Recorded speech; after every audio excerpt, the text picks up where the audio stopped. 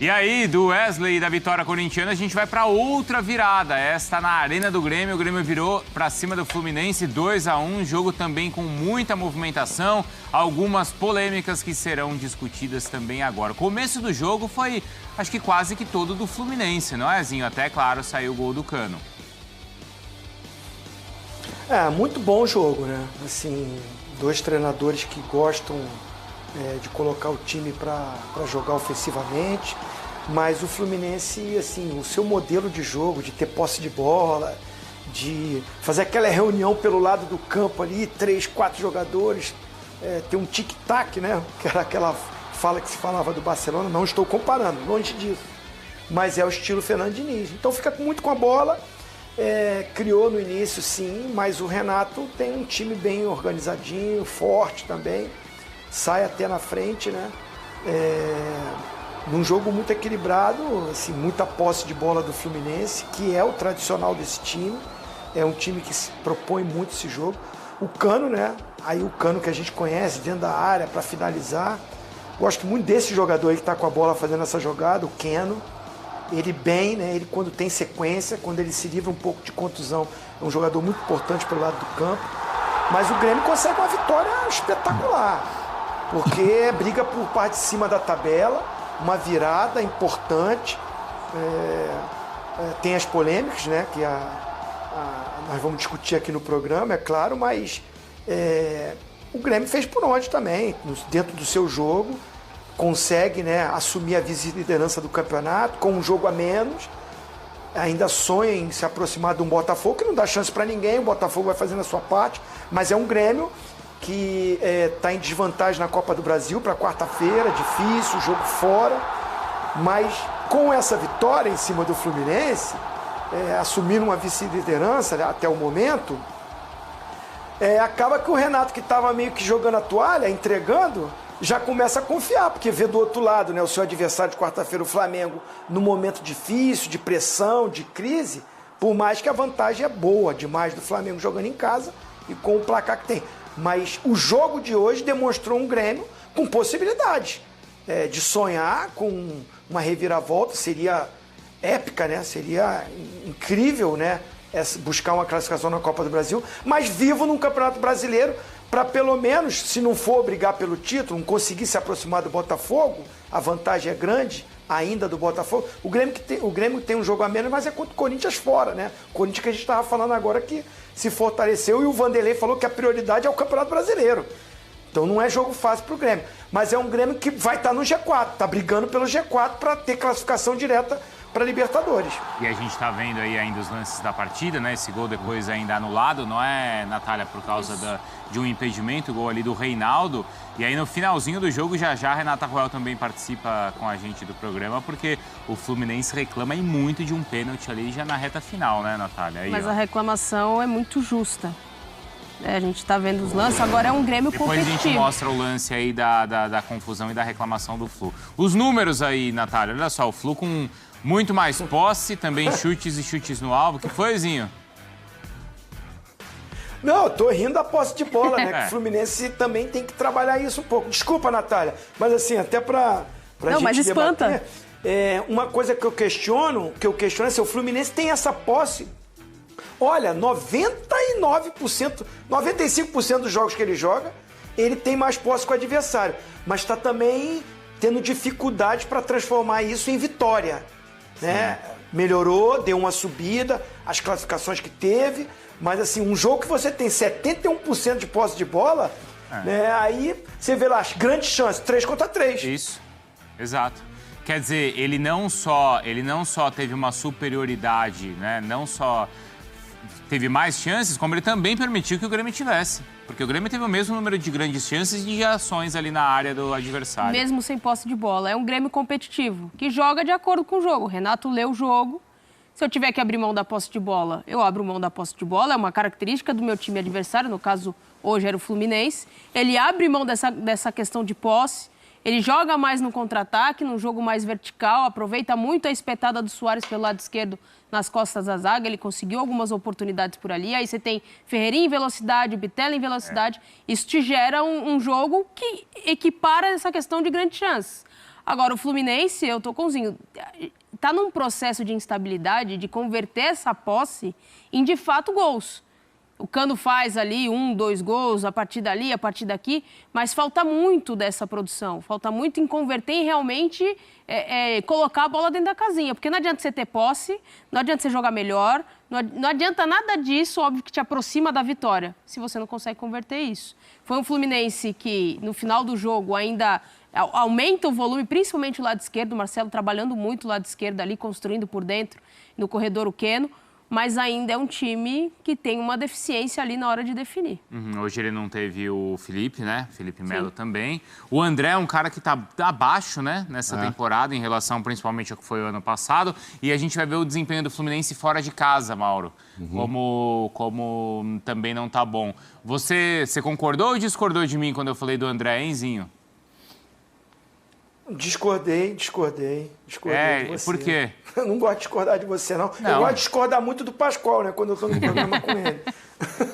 Mas o André, ele tá abaixo? Tá no mesmo nível? Não, sabe por quê? Não, assim, cara, 60% dos jogos o Diniz tem a mesma substituição. Tira um zagueiro e bota ele pra zaga. Sim. Ah, legal, cara. Ele tem velocidade, ele tem força física, mas ele não é zagueiro. Não é verdade. Entendendo? Então, tira a qualidade dele de volante para chegar na frente. Isso fez chegar na seleção brasileira. E coloca ele para ser um zagueiro que não é a função dele. Eu acho que assim, tá bom, final de jogo, você tá perdendo, você tem que fazer algo diferente, quero botar mais um atacante. Mas no intervalo ele já fez isso, o Diniz. Que eu adoro o Diniz, hein? Acho ele baita de um treinador. Mas eu tô querendo buscar também Tô sendo advogado do André. Porque eu acho ele muito bom jogador. Então ele toda hora ir pra zaga, toda hora ele ser o zagueiro do time, tá bom, quem vai botar no meio é muito melhor que ele? Sim. Quem é que entrou muito melhor que ele? Vai jogar o Martinelli, que é bom jogador. Vai jogar o Lima, que é bom jogador. Mas nenhum deles são melhores do que o André para fazer essa função mesmo, de volante que sai pro jogo. Porque o André tem essa qualidade. Então, assim, eu vejo... Foi contra o Argentino Júnior, foi contra o Grêmio, mas a gente pode buscar aí atrás as estatísticas, inúmeros jogos ele vai jogar de zagueiro. Sim, não, isso desde o Carioca, né?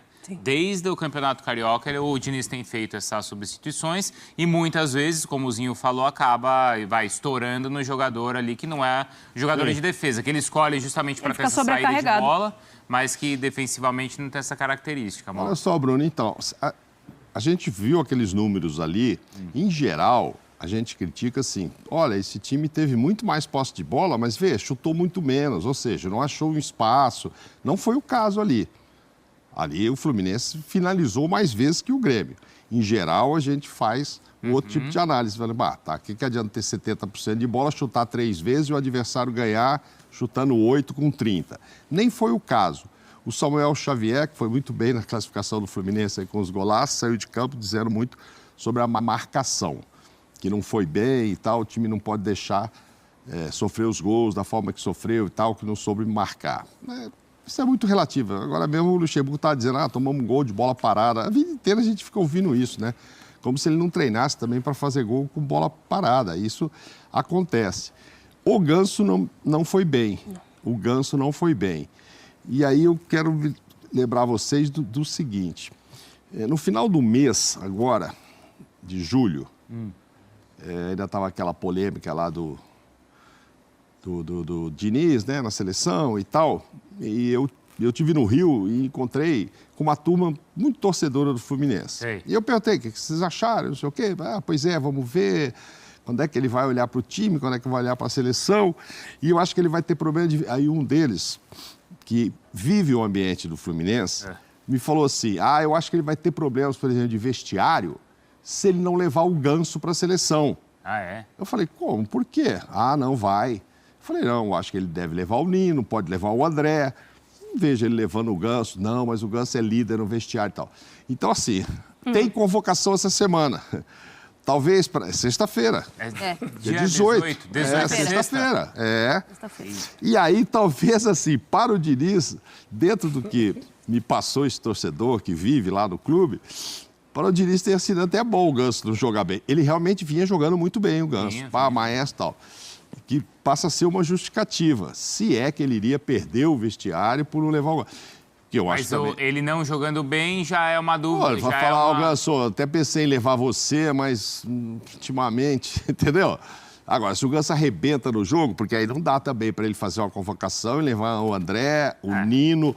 Aí tem gente que vai querer que leve o goleiro, que também tá pegando E muito. esse questionamento, não é isso. seja né? lá qual for a lista, ele vai ter questionamento desse jeito. Não, né? vai ter, inclusive, o principal questionamento vai ser assim: quantos jogos você assistiu? Quantas horas dedicadas? Quantas horas você se dedicou para jogos de atletas que estão lá fora?